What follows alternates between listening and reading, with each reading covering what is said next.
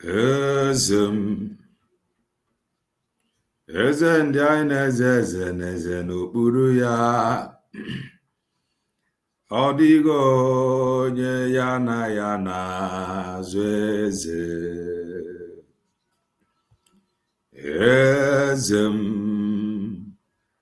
eze ndị anyị na-eze n'okpuru ya ọ dịghị onye ya na-azụ eze ọ bụghị bụ eze ọma eze ndị anyị na-eze n'okpuru ya ọ dịghị onye ya na-azụ eze Chukwu n'ịbụ oke mmụọ ịma na mmụọ ndị mụ na-atụ egwu ya ọ dịghị onye gị na ya na-amaka ọ bụghị bụ eze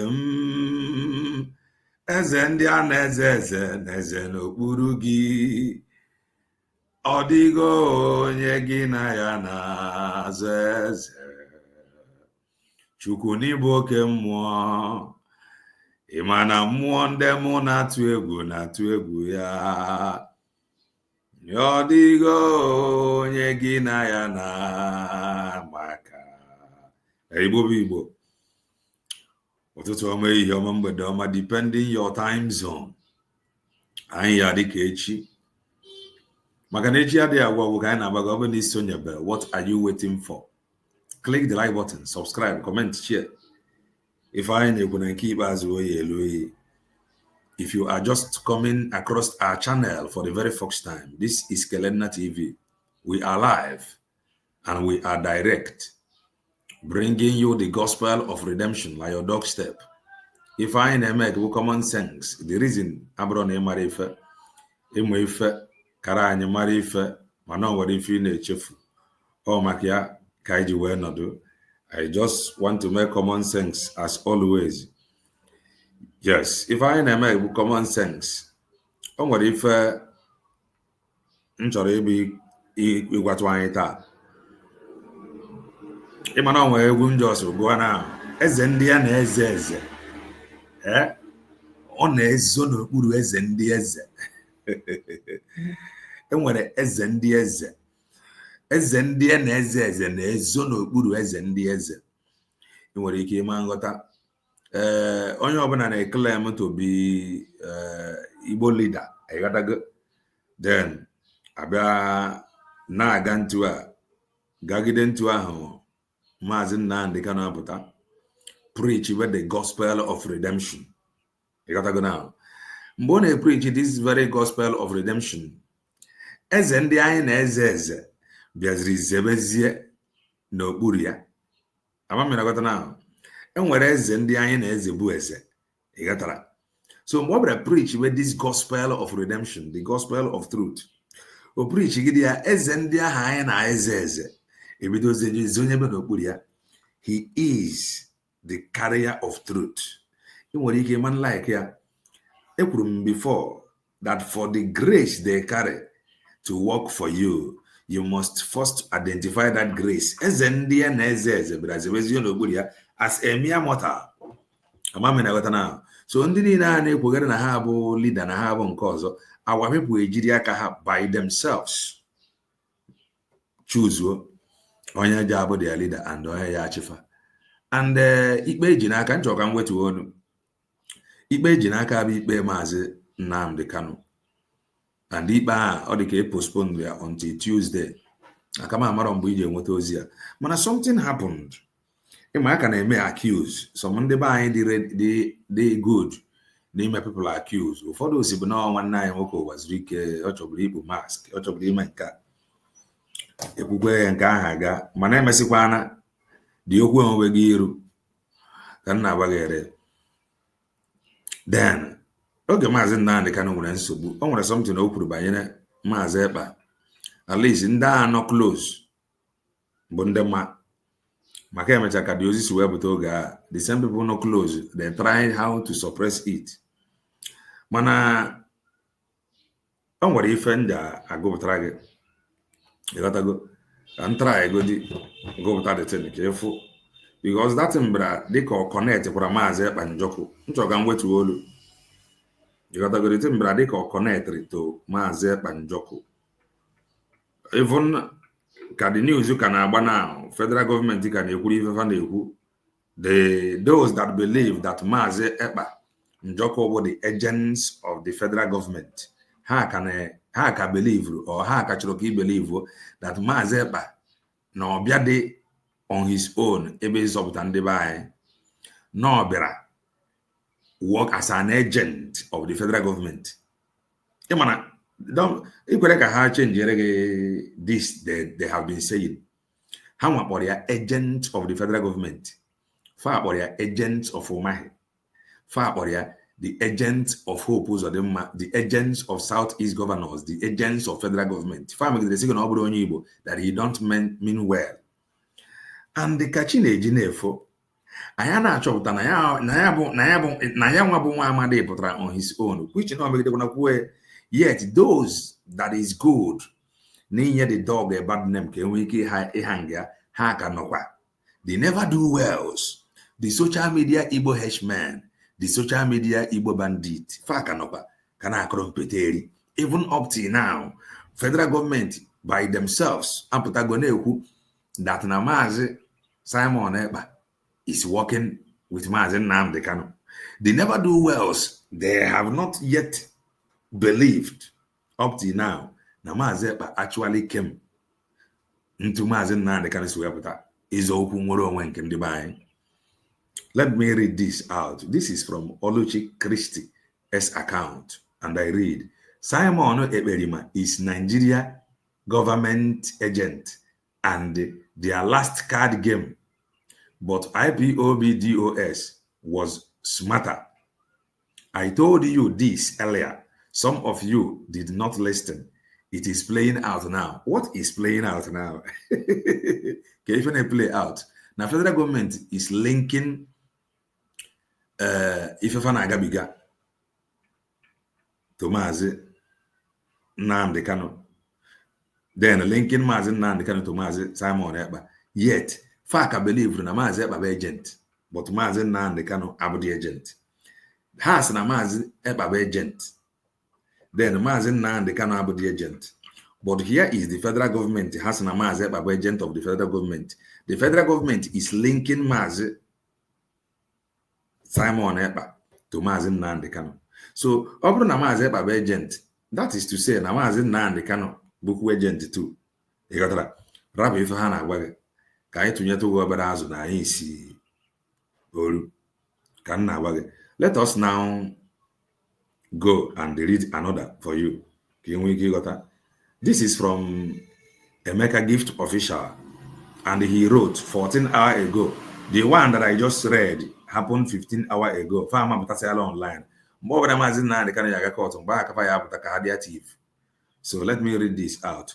They asked the government, from Emeka Gift Official, they asked the government witness to mention those working with Mazi Nnamdi Kanu. Instead of mentioning DOS, he mentioned Simon Ekpa. What do you understand here? Instead of the federal government agent or the federal government witness to mention DOS, the federal government agent mentioned Simon Ekpa. DOS is a group. DOS is not a person. DOS don't want to say, the truth, when the federal government manding our role, they know who the freedom fighters are. You got to know. So federal government know that DOS is not in their pockets. Federal government understand that DOS has nothing to offer. Federal government understand that DOS just a cover up. That DOS na ha dị ekwu okwu nwere onwe. Federal government na-ekwu na Mazi Ekpa as onye na-enye of time. But ndị nke a now ka na-parade kwa. Instead of mentioning DOS, they still want to correct the federal government on who to. Hey, now these guys there, you see how bad. How can believe how can I correct the federal government? Make a gift official. Us like federal government, their witness are law DOS. So DOS or a person or name of a person. DOS or bundana fanya. These have proven again that faceless people cannot get your freedom. It has been proven here that no federal government have proved it again, and he is here saying that the federal government should have said that DOS is working with Mazi Nnamdi Kanu. So you want to see the federal government witness. He testify it. I'm going to read that part again. Chai. Ikiriwa. Freedom. This is a mega gift of nature. They asked the government witness to mention those working with Mazi Nnamdi Kanu instead of mentioning DOS.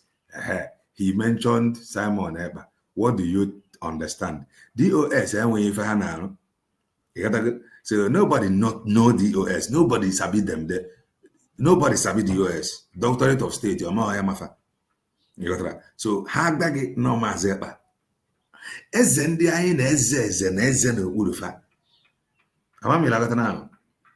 So that is that. I think there is something again I would like to read out before we proceed.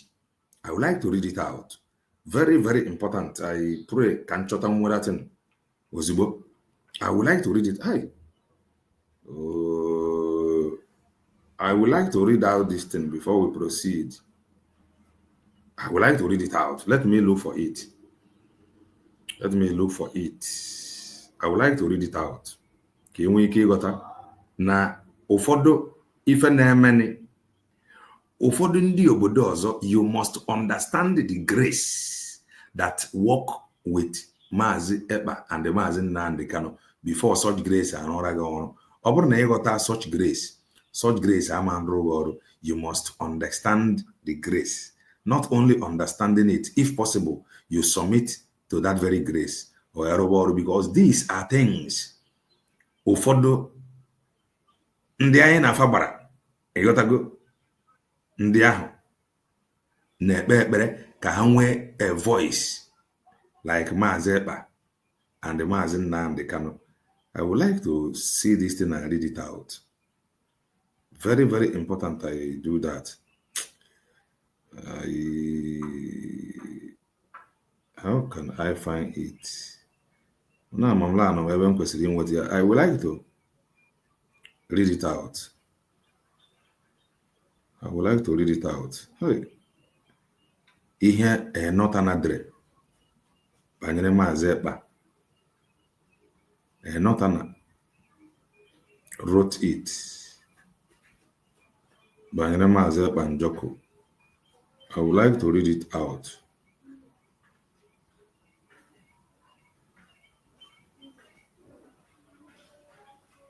How can I find it? That in the so touching.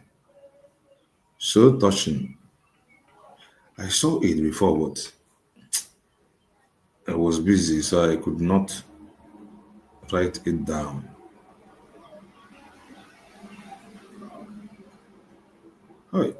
Oh, let me continue to look for it. But I would like to read it out. If I are not an apple, my name is Nnamdi Kanu, no Mazi Ekpa and Mazi Nnamdi Kanu.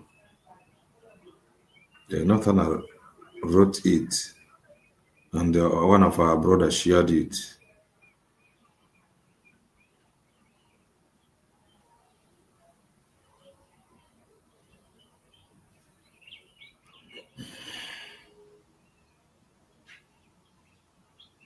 Well, you can just see how fair.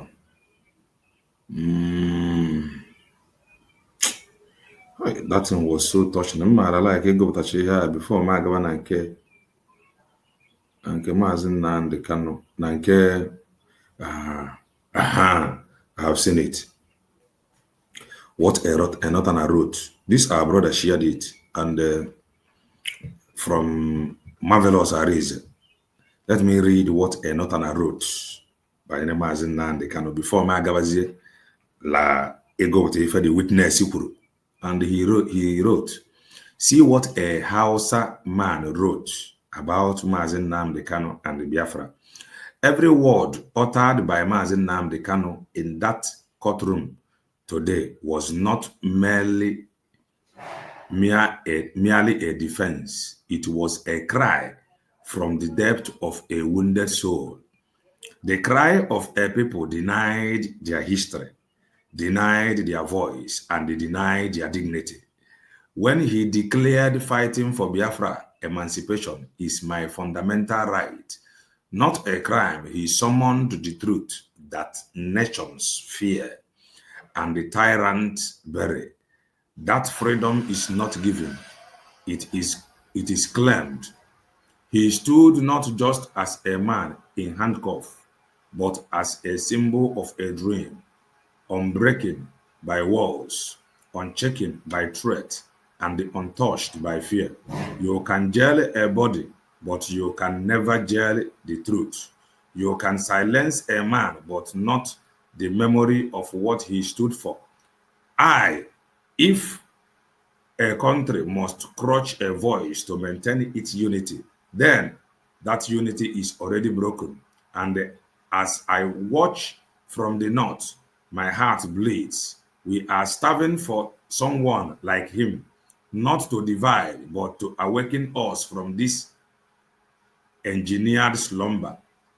We need a northern version of Nnamdi Kanu, fearless, uncompromising, intellectually dangerous, someone who can speak to our pain, not in whispers of politics, but in roars of a revolution.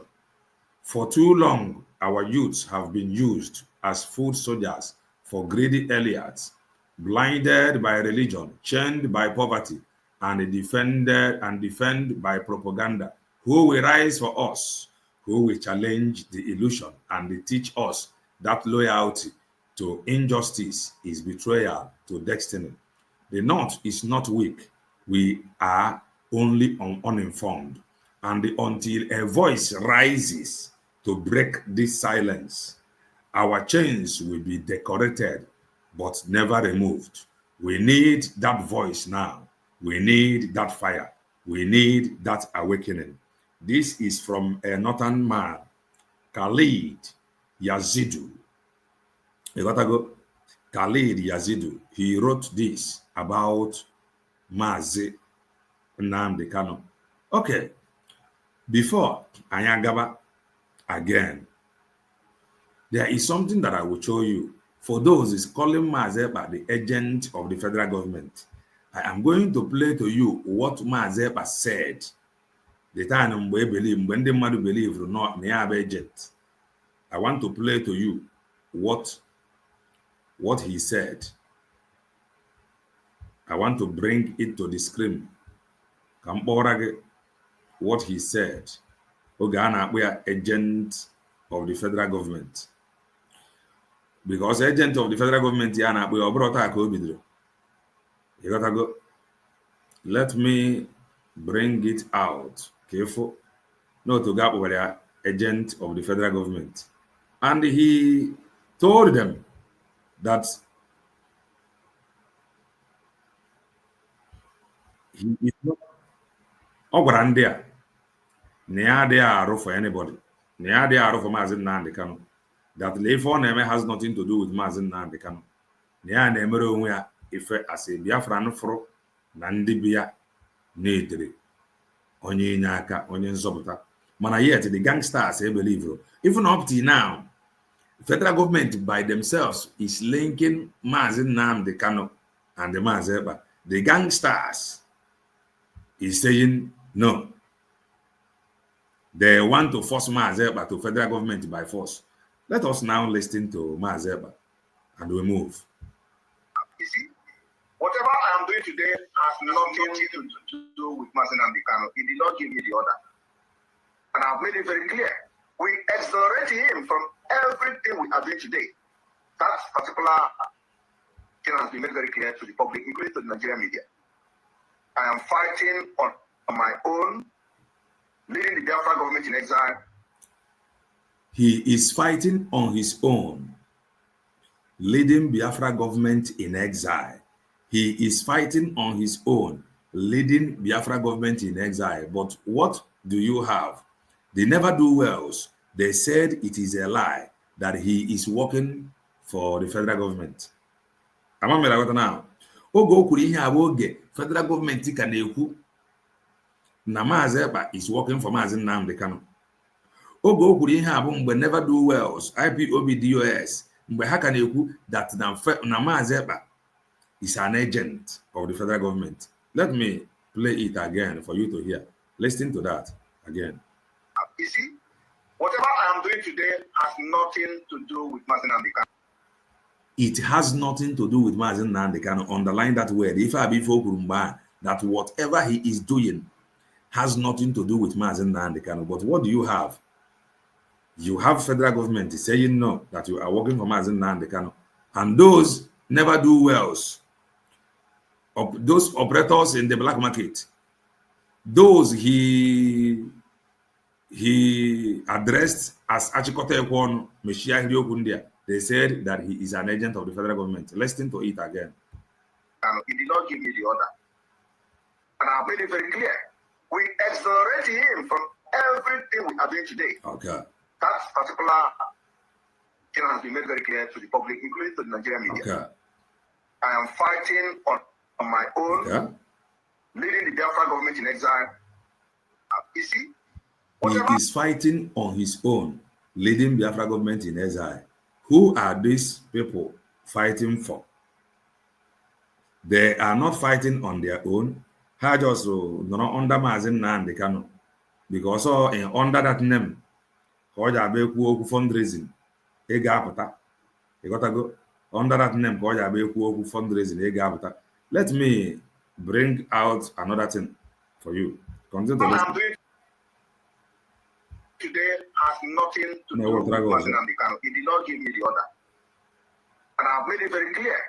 We exonerate him from everything we are doing today. That particular thing has been made very clear to the public, including to the Nigerian media. I am fighting on my own, leading the Biafra government in exile. You see, whatever I am doing today has nothing to do with Mazi Nnamdi Kanu. He is fighting on his own, leading the Biafra government in exile. But those who is not fighting on their own, who cannot lead any group, they were busy telling you that Mazi Ekpa is an agent. There is something that I'm going to play to you now from Channels TV. Channels TV. Direct from Channels TV. Wait, let me bring it on. Progress. In fact, the progress now. I can't work with the progress before. Let me bring this out to you. This is Channels TV News. Before magazine go track eventually go track it. Let's go. Wait. All violence was recovered from the leader of the federal government has admitted that no weapon of terrorism or violence was recovered from the leader of the indigenous people of Biafra, Nnamdi Kanu, during his arrest on October 15, 2015 in Lagos. No, again. Let me take it back. The federal government has admitted that no weapon of terrorism or violence was. Also, that federal government have admitted no weapon of terrorism. After any weapon of terrorism, NACA, and progress. Listen. Recovered from the leader of the indigenous people of Biafra, Nnamdi Kanu, during his arrest on October 15, 2015 in Lagos. The witness, who is an operative of the Department of State Service and codenamed PWAAA, also informed the court that no arms of public disturbance was recovered from the lady arrested along with Kanu. During cross-examination conducted by Kanu's lawyer, Kanu Agabi, the witness said that all the items recovered in the hotel room were personal properties of the Biafra Nation agitator. He, however, said that the recovered items may not be ordinarily offensive, but the intention of the defendant may be something else. The witness also admitted that Kanu's statement was obtained without the presence of his lawyer and that statements were not obtained from other persons. Listen. We started our cross-examination today, and for hours it ran, and I guess we have made progress, and we're getting there. Yes. The matter is set And I make progress. Continue to listen. Down for Tuesday for continuation of cross-examination, and of course for new other witnesses to be heard. We believe, like we said at the last sitting, we're making progress. The trial is going on in a very congenial atmosphere, and we believe that we will get there. They are making progress, and I tell you, it is the truth. And I make progress. In what a man like ya, in what a man believe ya, man I keep able to make progress. Let me now go and read out something to you. You gotta go and let us go. This is from Channels TV 2. That is where I am reading from. No instrument of terrorism found on Nnamdi Kanu, DSS witness, tells court. PW1 further disclosed that he did not find any instrument of violence on the lady with Kanu and did not consider her company as facilitating terrorism. By Emanuela Ekele, updated May 2, 2025. The trial of the embattled leader of the indigenous people of Biafra, IPOB, Nnamdi Kanu, resumed on Friday before Justice James Omotosho of the Federal High Court, Abuja, with the cross-examination of principal witness, who said he did not find any instrument of terrorism on Kanu. The court had granted the request of the federal government for witnesses to testify behind the screens, while the prosecution counsel is Adegboyega Awomolo San, a former Attorney General of the Federation. Kanu Agabi led the defense team.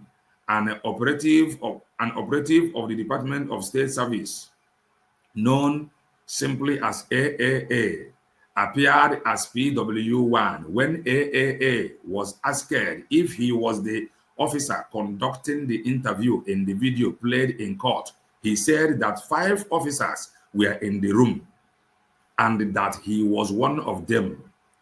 I continue to read. He said his role in the investigation was limited to arresting the defendant, obtaining his statement, and escorting him to Abuja for onward investigation. On the items presented in court, AAA was asked if there was anything which on the face of it was offensive, and he said no. When asked if he had analyzed any of the items recovered from him, he said he analyzed only his phone. Analyze. He said the phone was in evidence, though there was no analysis in evidence because they considered it immaterial to the case. When asked, do you agree that in the 10 years since you confiscated these items, many of them have lost their use? AAA said yes. AAA was asked whether there is a record of the items he claimed the DSS returned to the defendant. He said yes, but noted that he did not personally keep the records. PW1 further disclosed that he did not find any instrument of violence on the lady with Kanu and did not consider her company as facilitating terrorism. When Agabi asked the DSS witness whether he found any instrument of terrorism on the defendant, he said no. Replying to a question about whether he, AAA, contacted anyone whom the defendant mentioned as working with him, he said the defendant did not mention any names. The defendant did not mention any names, not even the DOS did he mention. But the never-do-wells want the the DSS man, or the DSS witness to mention DOS. Chineke wherever they were.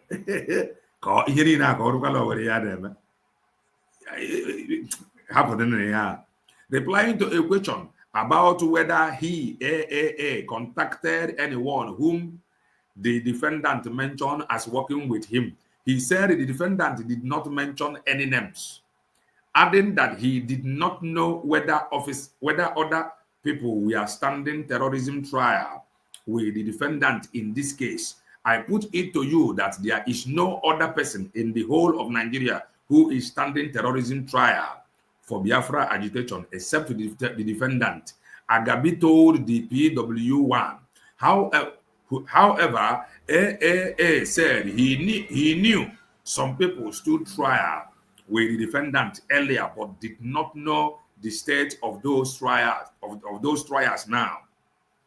He mentioned that he had read from social media and the newspapers that the defendant had supporters like Simon Eber, that the defendant have supporters like Simon Eber.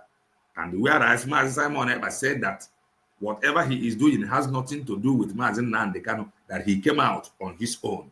Let's continue to read. Who also carried on with the agitation. Okay, the DSS witness believe now Simon Eber carried on the agitation after Kafaji the Mazi Nnamdi Kanu. That is to say that DOS never carried on. Their name did not come here. Let's continue to read. Read also. He also said he knew that the DXX was in the process of extraditing Simon Eber to Nigeria to face charges. When asked whether the defendant was charged with damaging anybody's property, AAA answered, maybe not personally and virtually. He said there were social media messages where the defendant was inciting violence, but did not know one person who carried out any act of violence because the defendant incited him. Yes, okay. Kanu called Nigeria a zoo. PW1 further said, though he could not remember whether the defendant said there is corruption, youth unemployment, and a lack of development in the Nigeria, but remembers the defendant calling Nigeria a zoo. Okay. The only thing Bola Mazi Nnamdi Kanu for Nigeria a zoo. Okay. When asked whether he remembered that the defendant said IPOB was not an armed group and does not give armed training to its members, he said he remembered the defendant saying IPOB does not bear arms. There have been killings in Kaduna, Zamfara, Benue, Plateau, and the other parts of the north. Are those killings based on any agitation for separation? The Defense Counsel asked. To the best of my knowledge, no, answered. Read also, he further stated that Nigerians' highways are safe to a large extent. When the Defense Counsel asked, many Nigerians have been killed on their farms, in churches, in mosques, etc. Schools have been attacked and the students kidnapped or killed. Trains have been attacked and the passengers kidnapped and killed. These killings are not the product of any agitation for separation. Are there? AAA said no. Okay? The case featuring terrorism and the treasonable felony charges was originally instituted in 2015 following Kanu's arrest in Lagos. Major setbacks have held the case down for almost a decade, making it impossible for the prosecution to call witnesses and present exhibit until Tuesday. Okay. The case started with 4 people initially charged as Kanu's co-defendant. However, in February 2018, the then trial judge Binta Inyaku served the trial separating Kanu, who had fled Nigeria, from the other defendant. The trial surveillance allowed the prosecution to continue proceedings against the 4 remaining co-defendants. The Nigeria government rearrested Kanu in Kenya in June 2021. the news agwara ọ ife abụ ife nsị ka mbịa gụpụtara ụnụ ọkwụ na afụ na enwebara ihe ọbụla ele nkirịtọ Maazị Nnamdi Kanu mgbe nke terorizm ọ ya bụ ife nsị ka m wepụtara ụnụ. Maazị Ekpa kwuru ya from mgbe ha ka na-akpụ ya Nigeria agent that na ya pụtara onwe ya na ya pụtara for anybody. They never do well to say na Maazị Nnamdi Kanu mgbe a jụrụ the witness of the federal government, that the witness of the federal government yara say that the DOS is working with Maazị Nnamdi Kanu. The DOS witness said that Maazị Ekpa is working with Maazị Nnamdi Kanu. Whereas Mbajuru Maazị Nnamdi Kanu, those working with him, he did not make mention of anybody. Only worry on enough. You don't understand. Now here's a chief. He say